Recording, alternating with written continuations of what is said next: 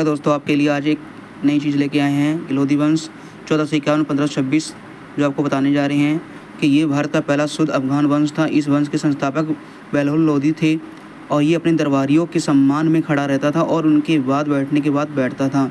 इसने जौनपुर पर आक्रमण करके उसे जीत लिया। इसने एक सिक्का चलाया जिसे बेलौली सिक्का कहते हैं।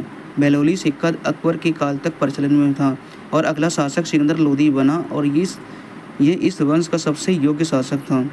और इसने 1504 ईस्वी में आगरा शहर की स्थापना की और इसने गुलरुखी नामक पत्रिका लिखी और इसने ज़मीन की पैमाइश के लिए गज सिकंदरी नामक एक मापक बनाया। इसने खादान से कर हटा दिया था। जो खाने पीने की जो चीज़ें होती हैं उनसे जो है कर हटा दिया, मतलब जो टैक्स होता है इसने टैक्स हटा दिया था। और इसने ताजिया निकालने तथा महिलाओं के मज़ार पर जाने पर प्रतिबंध लगा दिया था।